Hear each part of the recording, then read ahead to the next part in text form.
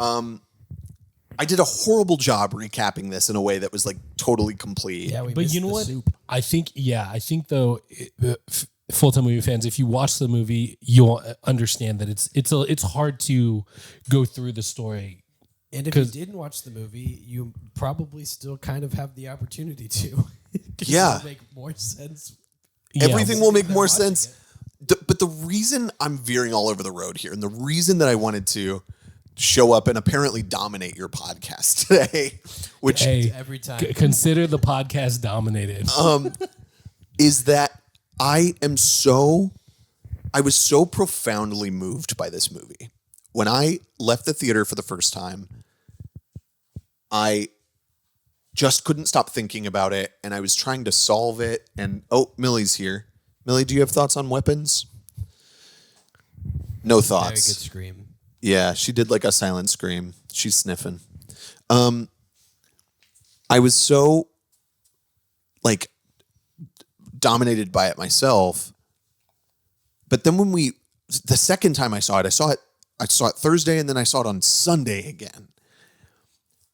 And I was even more emotional.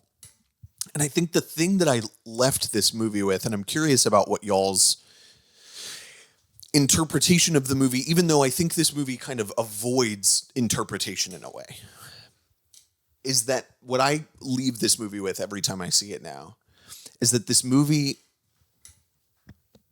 is so it's very fun. It's very pulpy. We get this like really silly villain performance, but it is so profoundly sad. Like there is a deep grief running even through the humor in this movie that I have not been able to get away from. Like I still feel like I'm running from it. With your arms behind your back? Yeah, man. Like with my arms to the side. I'm on my way.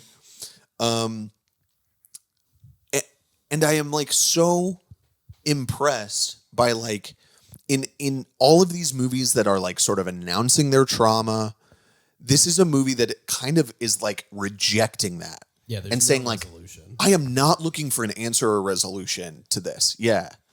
You get the end of the conflict. That's it. Right. You get no resolution to it. All of Alex's part of the story is just like devastation after devastation after devastation. Like it starts with him getting bullied by his classmates. That he then like has to subject to this like siphoning of their energy. Which he didn't want to do. No. Yeah. And then eventually plays an active part in allowing them to dismember their oppressor, if you will. Just for them to not be okay afterwards. Right. Yeah. So I'm curious. No resolution. All sad. To give the podcast back to the owners, if you will. I really want to know, like, what is y'all's interpretation of like the symbolism or like what to you, since this movie is so evasive to like what it means or what it's representing, like how did you guys feel about how this movie was being used like as a message or as a point of like expression? I mean, obviously, I think it has a lot to do with childhood trauma. At least for me, that's what I took from it. Is that like sometimes through the fault of the people that are in control of us, and sometimes not, we experience hurts and things that will be with us for the rest of our lives. Some will be able to deal with that in more healthy ways than others, depending on their support systems, and some will not. Like anywhere it says like, hey, some of the kids have begun to talk this year. That wasn't the case for everybody, obviously. And the things that they have to internalize by the things that they've seen and experienced. Like, I mean, were they conscious in the basement, just staring into the darkness for days at a time, or weeks? Like, you know, do they still have memory of the disembodiment and disembowelment of their oppressor? Like, is that conscious with them once the thing was broken or once she was gone? Or is it, you know, either way, they wake up and like, there's this person and they're all covered covered in blood. You know what I mean? And like obviously even the young boy, our main character Ish, you know, he had, I mean, arguably the worst of it. Like he saw his parents tortured, like being forced to torture themselves. He literally had no power when, you know, like he first meets her and his parents are just like catatonic at the table, just, you know, not themselves. Obviously something's wrong. And this person he doesn't know is in his house and telling him what to do. And he has no power because he's just a kid. He has to listen. And I think a lot of kids think that, you know what I mean? I mean, we all, I think, felt that. Even if it wasn't our parents telling us to do something, if they said it loudly enough and firmly enough, it was like, oh, I got to do what they say because they're an adult. You know what I mean? And so I think that, you know, we all have our problems. Like you said, everybody had their own addiction, whether it was being a workaholic, whether it was actual drugs, whether it was, you know, alcohol, you know, leaning on alcohol to deal with your problems or when you have a bad day. And now these kids have to carry that burden. Like that's life. We all have trauma and things that we carry with us that we don't always know is weighing us down. And I think for a lot of people that manifests in a lot of different ways. Obviously how you interact with people, trust issues, even physical, like your mentals can affect your physical and cause like physical pain and ailments and things like that. But it's kind of like, it's just, I think, an expression of what it is like to just be alive in this world. It's tough. And even if you have no part, some of it in your own life, like sometimes it's just the things that happen to you hurt you. Sometimes it is by your own hand. Like I said, the kid, what's his name? Alex. He has to now deal with the fact that he played a hand in the trauma of his classmates by giving them up. And he had to see his parents get that. And then he had to see the fallout of the dead people in his house and like, and see what Aunt Gladys was doing and even be a part of it. Like he has, I think, the hardest go out of everybody, because at least Benedict Wong, like he wasn't conscious for it until his death. Like when he got hit by the car or that truck or whatever, like he had no conscious memory of what he did. Whereas Alex has the most consciousness of everything that was happening. You know what I mean? Like that's something that we don't know is going to affect his life, how it's going to affect his life. And hopefully, you know, he has a support system that can help him through it with the rest of his life. And I don't know, that's pretty tough for everybody, especially for kids. And I don't think that I don't know if there's a point that you guys can point to in your life, something that someone said to you, a mentor, a parent, but that said one thing to you and it's become a core part of your being. Like for me, that was my mom, to her chagrin now, but she said like, hey, common sense is more important than book smarts. And that she didn't like that when I didn't really care about my grades in college. But now, you know, looking at the world with a questionable eye and looking for the truth in everything has led me to some conclusions about life and even, you know, faith and other things that she just would rather I didn't. But, yeah, sure. But that those things become such a core part of who we are as a person. And the way that it leaves it, we don't know what impact that has on these kids or even the rest of our characters. But we know that it does. And we know that our adults are living their lives with their trauma already established. You know what I mean? Sure. And now we get to see where it is for these kids, like these moments that started for them outside of whatever they were getting from their parents at home. So yeah, Michael, that's what I think it is. What did you take away? There's a thing that I've been talking about on this podcast every once in a while, which is there's been a shift in the dynamic of how movies are told nowadays. We obviously have the same old hero's journey, moral of the story type things, but the more impactful ones, the more interesting ones are the ones that are, hey, here, live through this person's life for a bit and know that the moral is basically just, you just live through your life and you persevere through it as best as you can. As best as you can, yeah. Yeah, without having to. And I like those kinds of movies because they're interesting. They're different. They let you feel empathy for another person, which is something that we should lean heavily towards doing more of. Yeah, that's becoming a much That's all I'll say about that. much Yeah. rarer thing. For sure. But yeah, that's. I don't think we're supposed to get a moral out of this story. I don't think we're supposed to get a lesson out of this story. I think what we're supposed to get is an answer to a question, whether we believe it be a satisfying answer to the question, Yeah. and understand that that's sometimes life happens and it keeps going. Yeah, it's more just showing through a little bit of craziness and Yeah. stuff like that, but just the realness of life.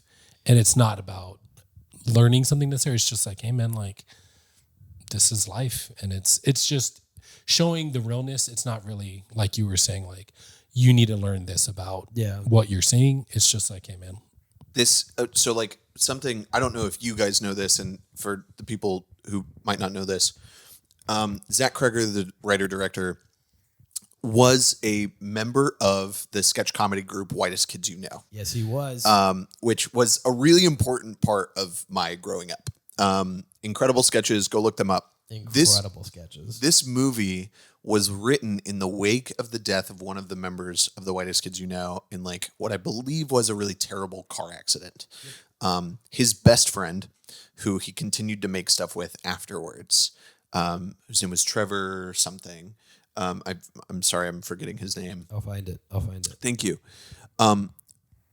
Kreger has said that like in the wake of that death, he sat down and he started writing this movie. And Trevor Moore, thank you. Awesome sketch comedy. Incredible So sketch performer. funny. They made a movie together called Miss March that is like kind of a raunchy road trip comedy that I watched as a kid when I wasn't supposed to, and so all of this to say, like, Barbarian was not Zach Kreger's directorial debut. Miss March was, I believe, Very different movie. which is a very different movie. But so this movie, he has said, all of the characters in this movie are a part of me. I'm not writing about different people in my life. Like, this town that I've created is like me splitting myself and my experience with grief into like these myriad branches. And in some way, I think that's why this movie is so thematically elusive and also thematically successful, is because it is purely somebody writing from a perspective that is just like very complete instead of like pointed. Right, what did you know? Yeah, exactly. And Whitest so Kids You Know. right, well, you know, Whitest Kids You Know, Whitest Kid You Know. That's good. Jarvis over there trying to come up with a pun to top it. no, He'll get there.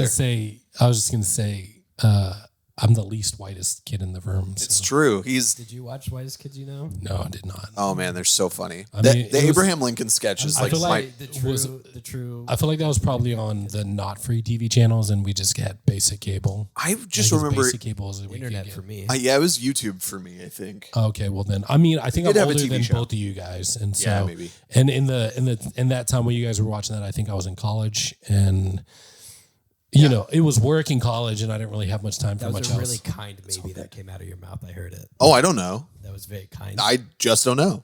But it's okay. Jarvis said, "I'm older. I'm probably older than both of y'all." And you said, "Maybe." That was very kind of you. Oh well, it was earnest. I wasn't trying to be kind. Jarvis. Not is that I close wasn't to trying to 50. be kind. Did you know that? I didn't know that. I know. Way to go, man. I know. You don't look it. Yeah. Well, I'm half Asian, so maybe that's part of it. And you know what? Now that you mentioned that, because we were talking about movies before this, movies that you had just seen, and I mentioned Regina Hall, who's like in her 50s, mid 50s, and she Yeah, man. looks incredible. Yeah. Classic Jarvis. My Put her on the list. Movie fans. what You know Gilles. what I come out of this movie with that I think has like really profoundly affected me, and listening to you guys talk, like what's been so interesting talking about this movie with people is that it constantly splinters into like other things that this movie could be talking about, or it makes you think in this new way. But what I think is so powerful about this movie to me, and why I wanted to come talk about it, is I think it is a movie about like how these tragedies in our lives, especially in a community, how they like profoundly affect us in ways that are sort of irreparable without our own action.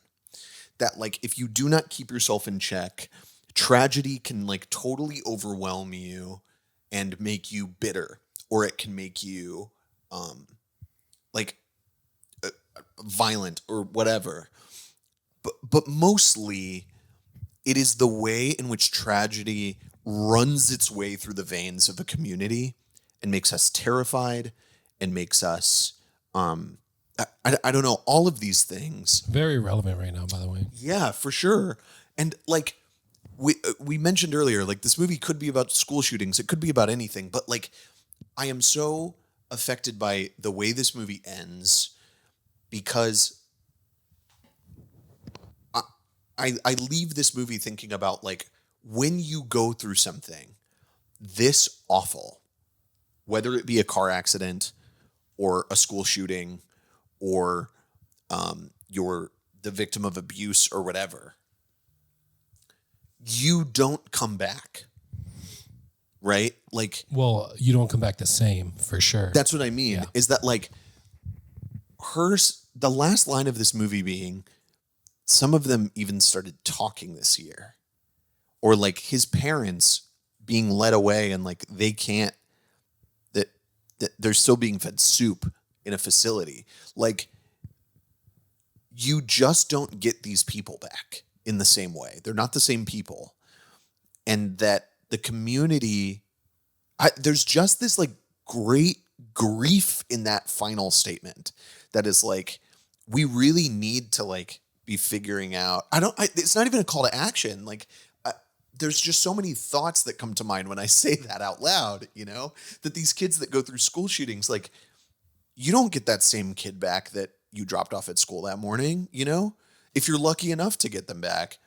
Not to veer into this very dark space, but it's this movie, despite how fun it is, and it is fun, it's very funny pretty much all throughout, whether you're laughing at somebody's like how miserable and pitiful they are, or, you know, there's like some good like slapstick or screwball gags in here too. It is a lot of fun to watch, but I constantly leave like and feel this aching throughout this movie that I just cannot shake. It is such a complicated emotional piece, and a really massive emotional work. I think I wrote that on my Letterboxd review, one of my several. And I'm just really impressed with what Cregger's done. It feels like a really massive movie that might not, I think, is going to get reckoned with as such as the years go on, either quietly or like will be seen as that later. Yeah, or I hope it is. Like, yeah. I mean, I think it's sort of transcended cult hit. It's been a massive hit, and people are going to love or not love it. But like, I do think it's going to be like something really important for years to come. It's just so crazy. So how would you place it on the arbitrary rating system? This is like own it for me. I'm like waiting for this to come out on 4K so that I can grab it. Definitely pay for it. Yeah, What do you put it on? for On sure. the own it scale. The own it scale goes from you should buy it to pirate it because Oh, yeah. But please buy it. Yeah, like support filmmakers. And support filmmakers' visions. Like, it's crazy that this movie it has come from a singular voice. There's a very famous story going around right now that like Monkey Paw Productions, Jordan Peele's studio, tried to get it, and when they didn't get it, he basically fired his staff because he was like, "You guys did not do enough. Like, what are we doing? What are we doing?" Well, I mean, with the way him's going and being received, like, that makes him sound like Death of a Unicorn. Right. It's just weird. It's just like, I don't know. I don't know how true that story is, or I don't want to make him sound But like it'd be very reasonable. that he's like he was ready to throw down money for this, and it's clear why. Like, this screenplay was highly touted, and it's crazy that it's come to fruition in this way. But I'm waiting for this to come out on 4K so I can buy the disc. Jarvis? If it hits something that again is rare in movies these days, and I think it's worth it to own it as well. It's definitely so. Like, for me, obviously we jump past rewatchable because I've rewatched it, and yeah, it's definitely something that I would say own it so that you can rewatch it whenever you want to and explore further any like commentary, deleted scenes. Like, I'm sure all that stuff is be very interesting. I don't know if you're into that kind of stuff, but if you are, I think it would be well worth it because that's the kind of stuff I want to know as well. So definitely own it worthy. I'm going to be the voice of dissent. Okay. I think after you know what's going on, it's you get your one watch out of it. I say watch it. I say watch it in theaters if you can. Don't watch it at home if at all possible, because that's what my father-in-law does, and it ruins a lot of movie experiences for him because he doesn't sit down to watch movies. He stands up and cooks dinner and does other things. So you should sit down and watch this movie. Like, you should. Absolutely. Yeah. And I'm only saying watch it as a one time because I'm the only person in this room that has not seen it twice. Sure. But I do think you don't get the same mileage out of a second or third watch. With no absolutely bitterness tell me I'm wrong. towards that statement, I will say, I think the movie only got more emotional for me the more I watched it, which I was surprised by. And also, there are these like Rashomon elements in people's perspectives of each other that become clear. There's a really great moment where Justine and Paul see each other for the first time in the movie. And both of their perspectives, when you switch to their perspectives of that same moment, they are filmed differently.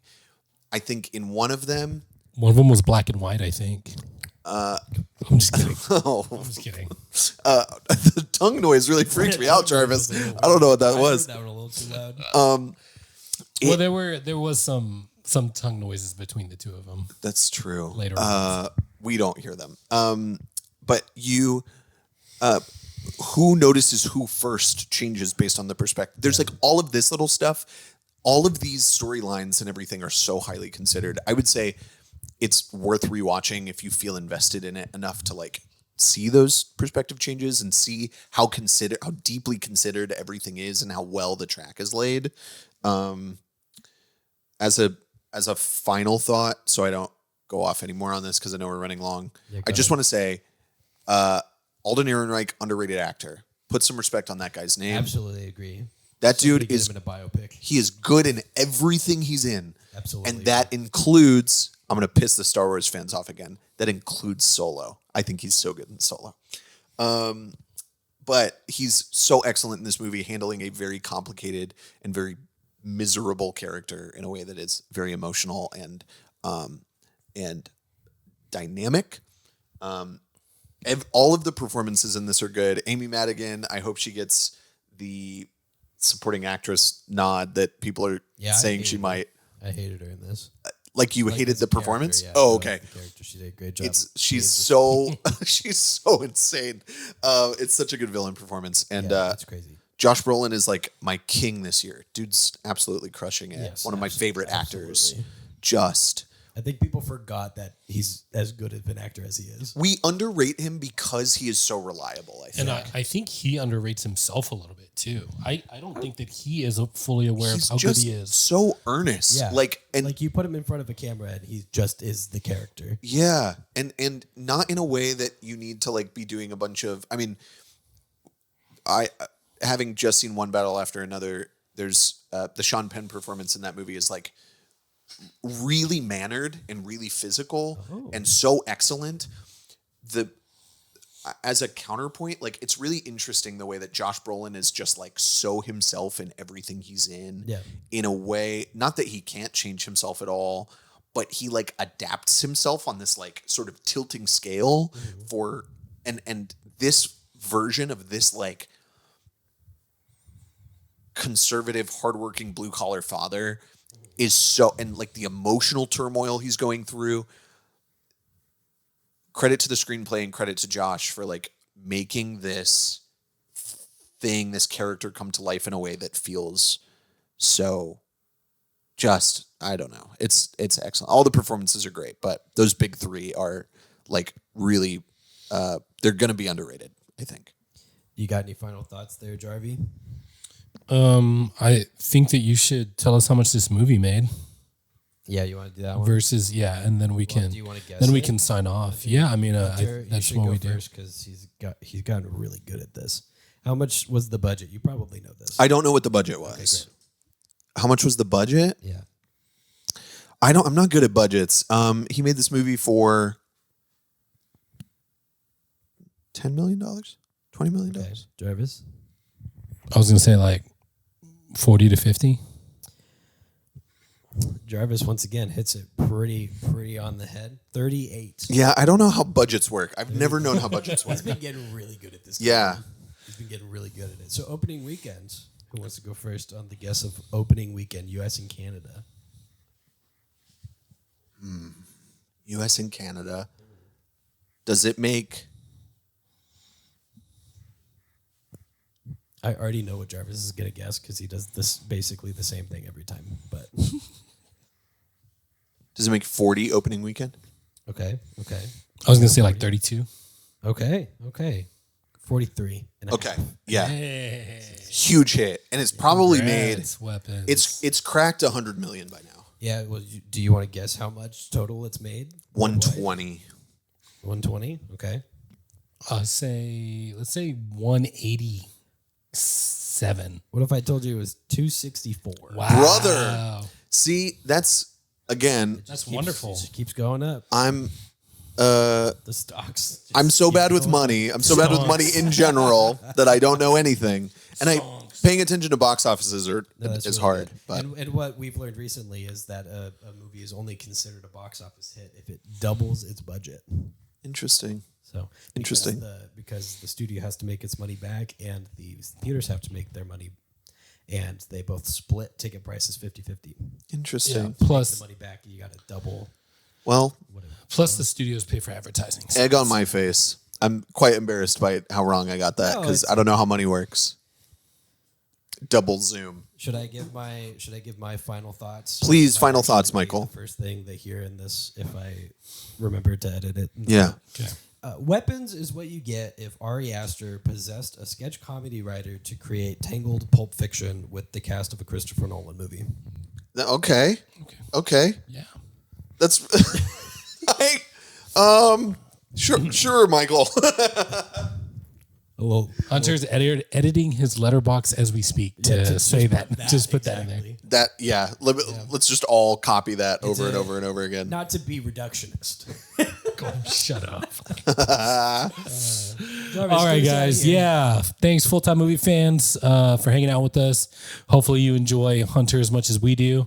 And hopefully, you go and watch Weapons. Thanks for hanging out with us. We hope your day is everything you dreamed it'd be and more. And we'll catch you in the next one, also featuring Hunter. I'm back. Hey, full-time MFers. You like this video? 'Cause we sure did. If you liked it, maybe you should share it with your friends. Maybe like the video and subscribe. If we were you, that's what we would do. If I was watching this, I'd be all over that. Like, and I'd hit that share, and then I would hit that subscribe in Yeah. that order. Yeah. There's also another video that's popped up. YouTube thinks you like this one, so you should watch that one now. See you next time.